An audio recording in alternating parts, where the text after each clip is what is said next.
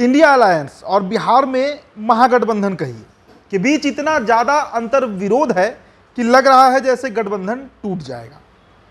ये बातें मैं इसलिए कह रहा हूं क्योंकि सीट शेयरिंग को लेकर और प्रधानमंत्री पद की दावेदारी को लेकर अब लड़ाई जो है वो आमने सामने आ चुकी है। एक तरफ लालू प्रसाद यादव हैं जो खुलकर राहुल गांधी के लिए बैटिंग कर रहे हैं, तो दूसरी तरफ 2 दिन पहले नालंदा के हरनौत में एक कार्यक्रम था।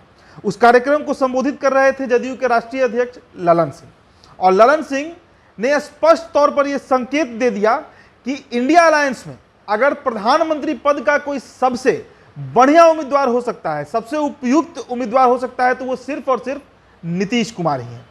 और आपको याद होगा कि नीतीश कुमार ने जो महागठबंधन का साथ पकड़ा था पिछले साल अगस्त के महीने में, वो सिर्फ इस कारण से था कि उन्हें प्रधानमंत्री पद का दावेदार बना दिया जाए उस मंच से जिस मंच पर देश के तमाम विपक्षी दल शामिल हो।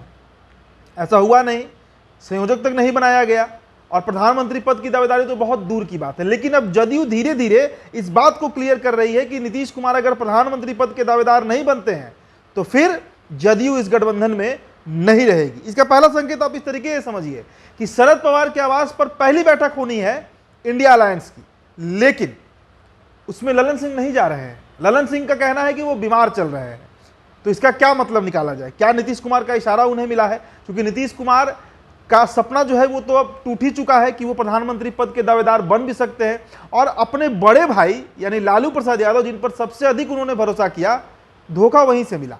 लालू यादव ने पहली बैठक जो हुई पटना में 23 जून को, उस दिन ही ऐलान कर दिया कि राहुल गांधी दूल्हा बनेंगे और बाकी तमाम लोग जो उस मीटिंग में मौजूद थे, चाहे वो शरद पवार हो, ममता बनर्जी हो, अरविंद केजरीवाल हो या नीतीश कुमार ही हो, ये तमाम लोग बाराती के रूप में दिखेंगे। उसके बाद तीसरी बैठक भी संपन्न हो गई 31 अगस्त और 1 सितंबर को, लेकिन कहीं नीतीश कुमार का कोई नामो निशान नहीं था। बेंगलुरु की मीटिंग से तो बताते नीतीश कुमार नाराज होकर निकले थे और बहाना उन्होंने दिया था कि जो मलमास का मेला लग रहा है उसके निरीक्षण के लिए हमको जल्दी आना पड़ा, लेकिन मसला कुछ और था। तो अब स्पष्ट तौर से इंडिया अलायंस के बीच जो दरार है वो धीरे धीरे बढ़ रहा है। ये तो हुई प्रधानमंत्री पद के दावेदारी को लेकर बात। हालांकि सिर्फ नीतीश कुमार के रेलेवेंस में ही ये बात करना सही नहीं होगा, और भी कई प्रत्याशी हैं। ममता बनर्जी की पार्टी भी कहती है, अरविंद केजरीवाल भी खुद को प्रधानमंत्री पद के दावेदार मानते हैं। तो ये तो हुई प्रधानमंत्री पद की दावेदारी की बात। अब सीट शेयरिंग का जरा हम मसला समझ लें। बिहार की बात कर ले स्पेसिफिक, तो बिहार में सीट शेयरिंग का मामला इतनी बुरी तरीके से फंसा हुआ है कि इस पर कोई भी कुछ बोलने को तैयार नहीं है। अभी हालिया बयान तेजस्वी यादव का आया जिसमें सीट शेयरिंग को लेकर कहा गया कि अक्टूबर में फैसला होगा, और दूसरी तरफ अगर हम 2019 के लोकसभा चुनाव को देखें, समझे उसको, तो 16 सीटों पर जदयू के प्रत्याशी जीते थे। एक सीट जदयू हारी थी किशनगंज का। 17 सीटों पर बीजेपी और जदयू चुनाव लड़ी थी। अब जिन 16 सीटों पर जदयू जीती है वो या तो राजद के प्रत्याशियों को हराई या कांग्रेस के प्रत्याशियों को हराई। अब जदयू अड़ी हुई है कि उनको वो 16 सीट चाहिए ही चाहिए।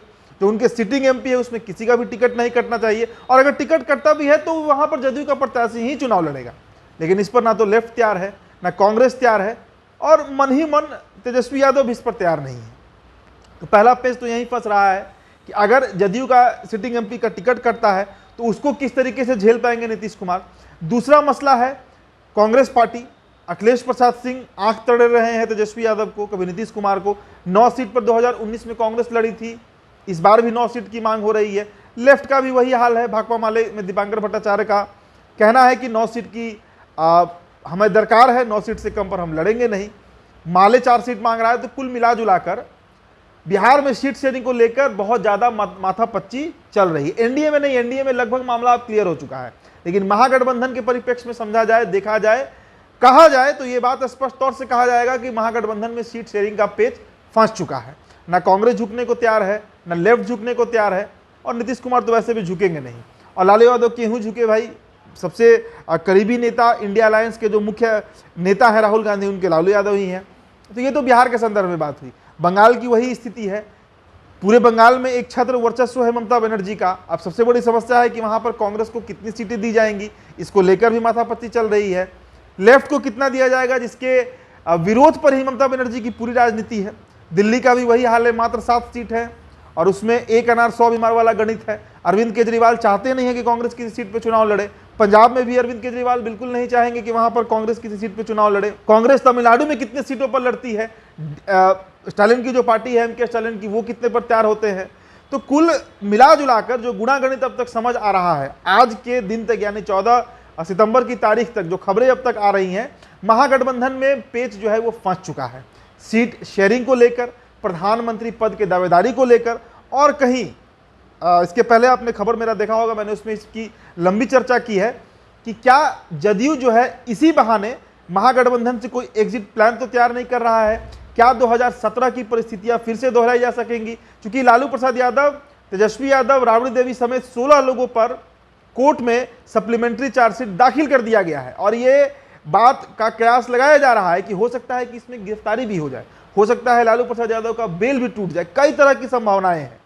तो कुल मिलाजुलाकर महागठबंधन में ये पेच फंसा हुआ है। अब कैसे इसे सुलझाया जाएगा, कितनी पार्टियां झुकेंगी, कितनी पार्टियां कॉम्प्रोमाइज करेंगी, किस स्तर तक कॉम्प्रोमाइज करेंगी, ये तमाम बातें भविष्य के गर्भ में है।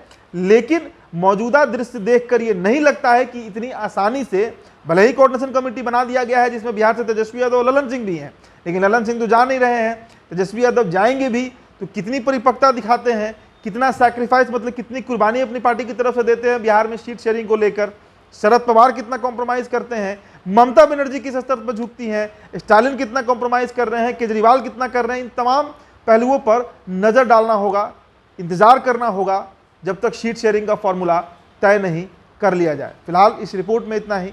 प्रणाम, उदित तारन है, बहुत बहुत शुक्रिया।